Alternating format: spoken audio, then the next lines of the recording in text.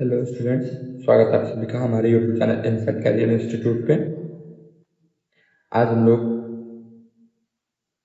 Part 6 start करने जा रहे हैं। तो चलिए बिना किसी देरी के शुरू करते हैं हमारे केमिस्ट्री का लेक्चर नंबर 3। हम लोग लेक्चर 2 में लाइम वाटर टेस्ट के बारे में पढ़ रहे थे। लाइम वाटर टेस्ट जैसे एक रिएक्शन होता है कि कैल्शियम ऑक्साइड को जब हम वाटर में मिलाते हैं तो कैल्शियम हाइड्रो ऑक्साइड बनाता है। इस कैल्शियम हाइड्रोक्साइड को हम लोग लाइम वाटर कहते हैं। अब जब इस लाइम वाटर से कार्बन डाइऑक्साइड को पास करवाते हैं तो ये लाइम वाटर हमारा कैल्शियम कार्बोनेट प्लस वाटर बन जाता है। ये कैल्शियम कार्बोनेट सॉलिड फॉर्म में वाइट कलर का सब्सटेंस होता है। अब due to the formation of calcium carbonate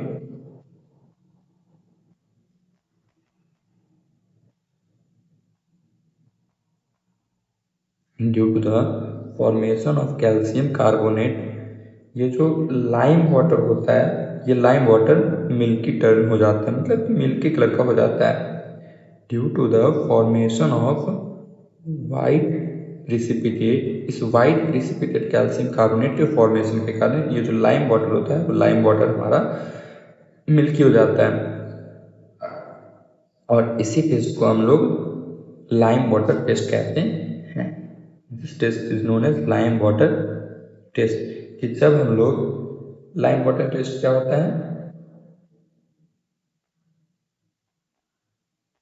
कि जब हम लाइम वाटर से कार्बन डाइऑक्साइड को पास करवाते हैं तो कैल्शियम कार्बोनेट का फॉर्मेशन होता है और साथ में वाटर।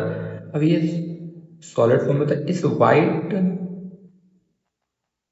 कैल्शियम कार्बोनेट की वजह से ये जो लाइम वाटर होता है ये लाइम वाटर मिल्की हो जाता है। अब इस टेस्ट को कहते हैं हम लोग लाइम वाटर टेस्ट। जब एक्सिस कार्बन डाइऑक्साइड को पास करवाया जाता है तब ये कैल्शियम कार्बोनेट प्लस वाटर बना। इस कैल्शियम कार्बोनेट प्लस वाटर से और ज़्यादा कार्बन डाइऑक्साइड पास करवाया जाता है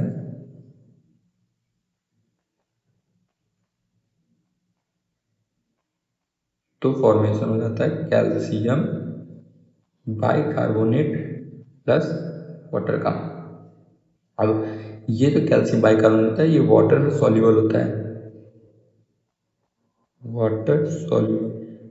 इस वाटर सॉल्युबल कैल्शियम बाइकार्बोनेट की वजह से ये जो मिल्कीनेस होता है वो डिसअपियर हो जाता है। Milkiness disappear. इस मिल्कीनेस डिसअपियर होने की वजह से ये जो मिल्कीनेस डिसअपियर हो जाता है। तो यही हमारा लाइम वाटर टेस्ट। तो अब हम लोग आगे बढ़ते हैं और पढ़ते हैं neutralisation reaction.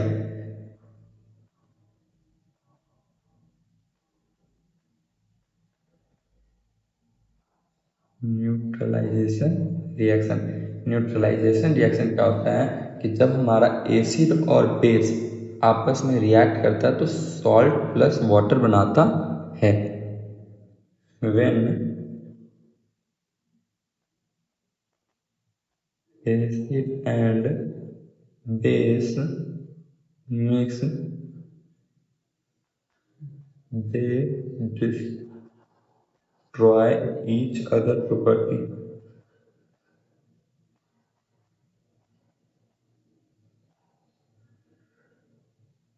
and react to form salt and water.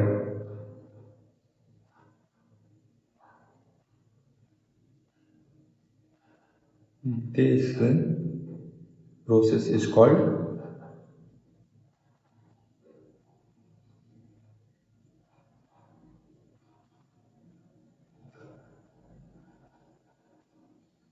Neutralisation reaction. इस प्रोसेस को हम लोग न्यूट्रलाइजेशन रिएक्शन कहते हैं कि जब एक एसिड और बेस आपस में मिलता है वो एक दूसरे की प्रॉपर्टी को कैंसिल कर देता है, डिस्ट्रॉय कर देता है और रिएक्ट करके बनाता है सॉल्ट प्लस वाटर। इस प्रोसेस को कहते हैं न्यूट्रलाइजेशन रिएक्शन। जब एसिड और बेस आपस में रिएक्ट करता है तो बनाता है सॉल्ट प्लस वाटर, और इसी रिएक्शन को कहते हैं न्यूट्रलाइजेशन रिएक्शन। अब इसको हम एक एग्जांपल से अगर समझे तो जैसे कोई एक एसिड लेते हैं, जैसे कि HCl, और एक बेस लेते हैं NaOH।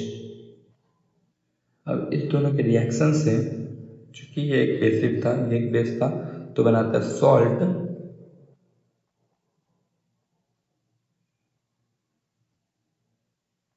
Plus water. यही हमारा न्यूट्रलाइजेशन रिएक्शन कि जब भी कोई एक एसिड और बेस आपस में रिएक्ट करेगा तो सॉल्ट और वाटर बनाएगा। इस प्रोसेस को कहते हैं न्यूट्रलाइजेशन रिएक्शन।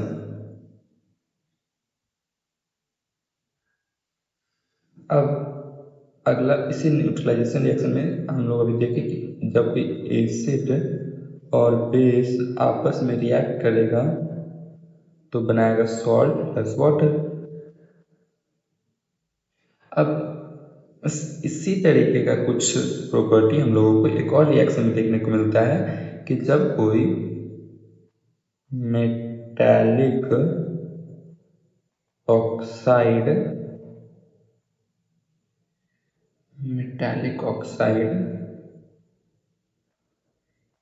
एसिड के साथ रिएक्ट करता है तब भी बनाना था सॉल्ट प्लस वाटर। जब कोई मेटालिक ऑक्साइड एसिड के साथ रिएक्ट बनाता है तो बनाता है सॉल्ट प्लस वाटर। इससे सेम चीज देखिए कि जब एसिड और बेस आपस में रिएक्ट कर रहे थे तब भी बनाते हैं सॉल्ट प्लस वाटर। अब एसिड तो यहाँ भी है, अगर इस चीज को अरेंज करके लिखें कि एसिड प्लस मेटालिक ऑक्साइड। देखिए जब एसिड और बेस रिएक्ट कर रहा था फिर भी बना रहा था सॉल्ट प्लस वाटर। अब एसिड और मेटालिक ऑक्साइड भी रिएक्ट करके सॉल्ट प्लस वाटर ही बना रहा है। तो यहाँ से कह सकते हैं कि ये मेटालिक ऑक्साइड जो है वो कहीं ना कहीं इस बेस की तरह एक्ट कर रहा है। मतलब जब यहाँ पे एसिड था यहाँ भी एसिड है, ये दोनों, तो सॉल्ट प्लस वाटर बनाने के लिए इस मेटालिक ऑक्साइड को एक बेस की तरह एक्ट करना पड़ेगा। तो यहाँ से हमको पता चलता है कि मेटालिक ऑक्साइड जो होता है वो बेसिक इन नेचर होता है। Metallic oxides are basic in nature. लेकिन सारा मेटालिक ऑक्साइड्स लगभग बेसिक इन नेचर नहीं होता है। कुछ ऐसे मेटालिक ऑक्साइड्स हैं जो एम्फोटेरिक होते हैं। तो उस मेटालिक ऑक्साइड के बारे में बात करेंगे तो कुछ सारे metallic oxides basic in nature नहीं होते, कुछ मेटालिक ऑक्साइड इसमें एक्सेप्शन है, जैसे जिंक और एल्युमिनियम। जिंक और एल्युमिनियम, ये जिंक और एल्युमिनियम को हम लोग एम्फोटेरिक ऑक्साइड कहते हैं, एम्फोटेरिक मेटल कहते हैं। और ये दोनों हमारा एम्फोटेरिक मेटल है और इससे बनने वाला ऑक्साइड हमारा एम्फोटेरिक ऑक्साइड कहलाता है।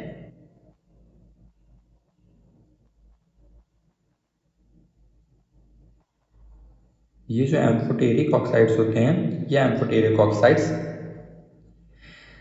मेनली जनरली एसिडिक और बेसिक दोनों प्रॉपर्टी शो करते हैं, इसीलिए इसको एम्फोटेरिक कहा जाता है। तो नॉर्मल मेटालिक ऑक्साइड्स जो होंगे, जनरली मेटालिक ऑक्साइड्स होंगे वो बेसिक इन नेचर होंगे, लेकिन इसमें एक्सेप्शन कौन है, जिंक और एल्युमिनियम जो कि एम्फोटेरिक मेटल है, ये एसिडिक और बेसिक दोनों प्रॉपर्टी शो करते हैं। ये एसिडिक और बेसिक दोनों प्रॉपर्टी शो करते हैं। अब इसका एक इक्वेशन के फॉर्म में अगर हम देखें तो कैल्शियम ऑक्साइड या फिर कॉपर ऑक्साइड इस सॉलिड फॉर्म में है, जब हम उसमें कॉपर जो कि एक मेटल था तो मेटल ऑक्साइड हो गया ये, उसको हम एक एसिड के साथ रिएक्ट करवाए हैं तो बनाएगा कॉपर क्लोराइड।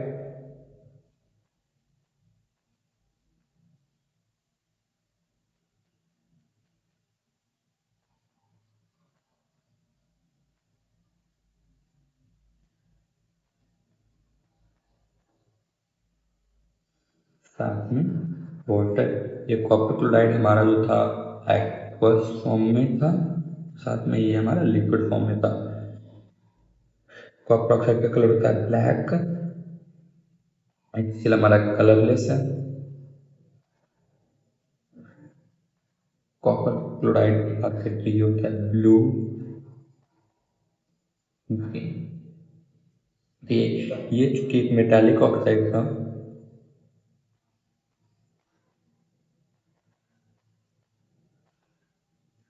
जो कि एक एसिड के साथ रिएक्ट करके सॉल्ट प्लस वाटर का फॉर्मेशन कर रहा है। तो यही है कि कोई भी मेटालिक ऑक्साइड अगर एसिड के साथ रिएक्ट करेगा तो सॉल्ट प्लस वाटर बनाता है। इससे पता चलता है कि मेटालिक ऑक्साइड, और ये सेम चीज बेस प्लस एसिड की तरह ही रिएक्शन हो रहा है। बेस प्लस एसिड भी सॉल्ट प्लस वाटर ही बनाता था।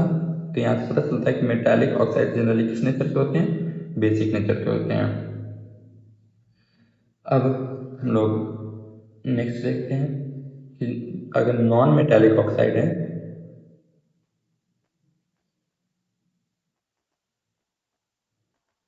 नॉन मेटालिक ऑक्साइड अगर एसिड के साथ, सॉरी, नॉन मेटालिक ऑक्साइड जब बेस के साथ रिएक्ट कर रहा था तब भी बना रहा था सॉल्ट प्लस वाटर।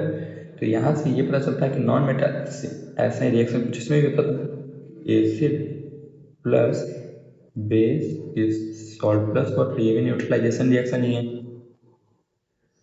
तो सेम ये भी कहीं कुछ हद तक न्यूट्रलाइजेशन रिएक्शन की तरह ही एक्ट कर रहा है। ये जो non metallic oxide plus base जो था सॉल्ट प्लस वाटर का फॉर्मेशन कर रहा था, और एसिड प्लस बेस भी सॉल्ट प्लस वाटर का फॉर्मेशन करता है। तो यहाँ से हम लोग कंक्लूड कर सकते हैं कि नॉन मेटालिक ऑक्साइड जो होते हैं वो एसिडिक इन नेचर होते हैं। Non metallic oxides are acidic in nature. Non metallic oxides जो होते हैं वो एसिडिक इन नेचर होते हैं। आई थिंक यहाँ तक क्लियर हो गया होगा कि नॉन मेटालिक ऑक्साइड जो है वो जब बेस के साथ रिएक्ट करते हैं तो सॉल्ट प्लस वाटर बनाते हैं, और एसिड जब बेस के साथ रिएक्ट करता है तो सॉल्ट प्लस वाटर बनाता है। तो ये दोनों कुछ हद तक सेम ही तरीके का रिएक्शन है। तो यहाँ से हम कह सकते हैं कि नॉन मेटालिक ऑक्साइड जो है वो एसिडिक इन नेचर होते हैं। अगर हम एक एग्जाम्पल से इसको समझे तो नॉन मेटालिक ऑक्साइड जैसे कार्बन डाइऑक्साइड एक नॉन मेटालिक ऑक्साइड है। इसको जब हमें बेस के साथ रिएक्ट करवाते हैं, बेस जैसे हम लाइम वाटर ले लेते हैं तो बनाता है कैल्शियम कार्बोनेट प्लस वाटर। और सेम इसी टेस्ट को हम लोग लाइम वाटर टेस्ट भी करते हैं कि जब हम लाइम वाटर से कार्बन डाइऑक्साइड को पास करवाते हैं तो एक वाइट कलर का सॉलिड सब्सटेंस बचता है, वाइट सॉलिड सब्सटेंस। इस वाइट सॉलिड सब्सटेंस की वजह से ही ये जो लाइम वाटर होता है वो लाइम वाटर मिल्की हो जाता है। इस वाइट सॉलिड सब्सटेंस की वजह से ही ये जो लाइम वाटर होता है लाइम वाटर मिल्की टर्न हो जाता है। तो यहाँ तक क्लियर हो गया। अब हम एक बार जो भी रिएक्शन अब तक पढ़े उस सारे रिएक्शंस को अगर एक बार कंक्लूड करें तो सबसे पहले हम लोगों ने देखा कि कोई मेटल अगर एसिड के साथ रिएक्ट कर रहा है तो क्या बनाएगा, सॉल्ट प्लस हाइड्रोजन गैस। लेकिन इसमें एक्सेप्शन था, पहला रिएक्शन ये थी, इसमें कुछ एक्सेप्शन था। कि अगर मेटल नाइट्रिक एसिड मतलब HNO3 के साथ रिएक्ट करेगा तो सॉल्ट प्लस वाटर बनाता था। इस एक्सेप्शन का भी एक्सेप्शन था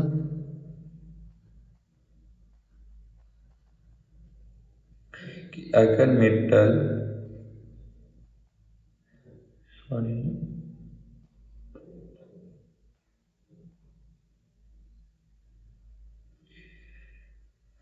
अगर मैग्नीशियम या मैंगनीज अगर नाइट्रिक एसिड के साथ रिएक्ट करता है तो सॉल्ट प्लस हाइड्रोजन गैस ही फॉर्म करता है। ऐसा क्यों होता था कि मेटल जो है वो नाइट्रिक एसिड के साथ रिएक्ट करके सॉल्ट प्लस वाटर देता था, क्योंकि नाइट्रिक एसिड जो है it is a strong oxidising agent. ये एक स्ट्रॉन्ग ऑक्सीडाइजिंग एजेंट होता है। ये हाइड्रोजन ऑक्सीजन प्रोवाइड कर देता है हाइड्रोजन को और वाटर का फॉर्मेशन कर लेता है। ये पहला रिएक्शन हम लोगों ने देखा। दूसरा रिएक्शन, जब कोई मेटल और इस हाइड्रोजन को टेस्ट करने के लिए एक टेस्ट होता है जिसको कहते हैं पॉप अप टेस्ट। मेटल जो था वो बेस के साथ रिएक्ट करके भी सॉल्ट प्लस हाइड्रोजन गैस का फॉर्मेशन कर रहा था। उसका तीसरा हम लोगों ने देखा कि अगर मेटल कार्बोनेट एसिड के साथ रिएक्ट करता है, मेटल कार्बोनेट अगर एसिड के साथ रिएक्ट करता है तो बनाता है salt plus water plus carbon dioxide. इस कार्बन डाइऑक्साइड के लिए एक टेस्ट होता है जिसको हम कहते हैं lime water, lime water test. Lime water test में क्या होता था कि जब हम नेक्स्ट पेज में नेक्स्ट स्लाइड में करते हैं, लाइम वाटर टेस्ट क्या था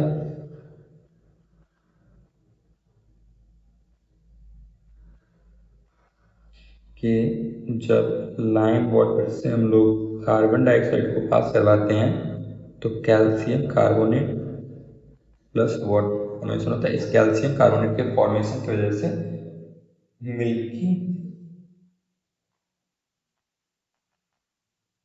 मिल्कीनेस आ जाता है। मिल्कीनेस आ जाता है, इसी प्रोसेस को कहते हैं लाइम वाटर टेस्ट। अब जब इससे हल्का कार्बन डाइऑक्साइड पास करवाते हैं तो कैल्शियम कार्बोनेट प्लस वाटर का फॉर्मेशन होता है।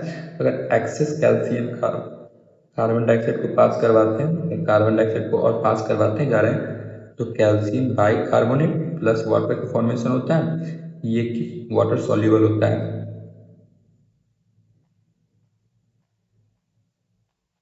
वाटर सॉल्युबल, इस वाटर सॉल्युबल कैल्शियम बाइकार्बोनेट की वजह से मिल्कीनेस डिसअपियर हो जाता है। मिल्कीनेस डिसअपियर, तो यहाँ पे क्लियर हो गया होगा। उसके बाद अगला देखें हम लोग कि calcium bike sorry metal bicarbonate, अगर कोई मेटल बाइकार्बोनेट एसिड के साथ रिएक्ट करता है तो भी salt plus water plus carbon dioxide का ही फॉर्मेशन करता है। तो और इसके बाद हम लोगों ने देखा न्यूट्रलाइजेशन रिएक्शन।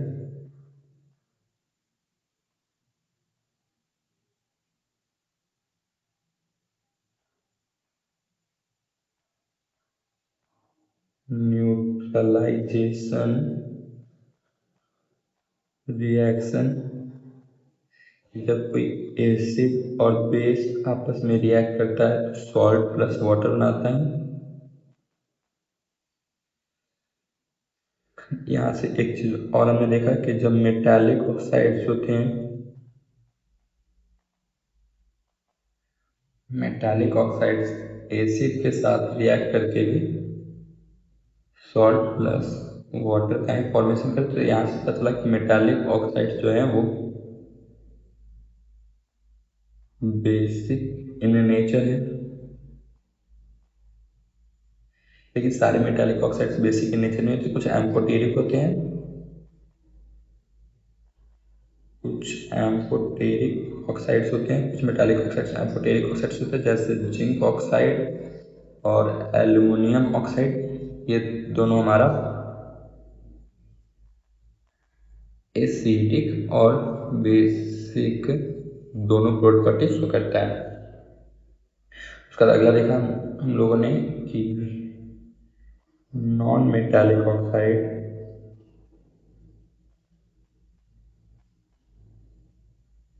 जो था वो एसिड के साथ रिएक्ट करके भी salt plus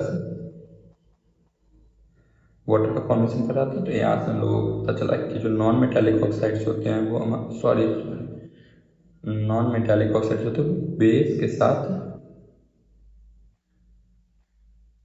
non metallic oxide होते हैं वो बेस के साथ रिएक्ट करके सॉल्ट प्लस वाटर बना रहे थे। तो यहाँ से पता चला कि नॉन मेटालिक ऑक्साइड्स जो है वो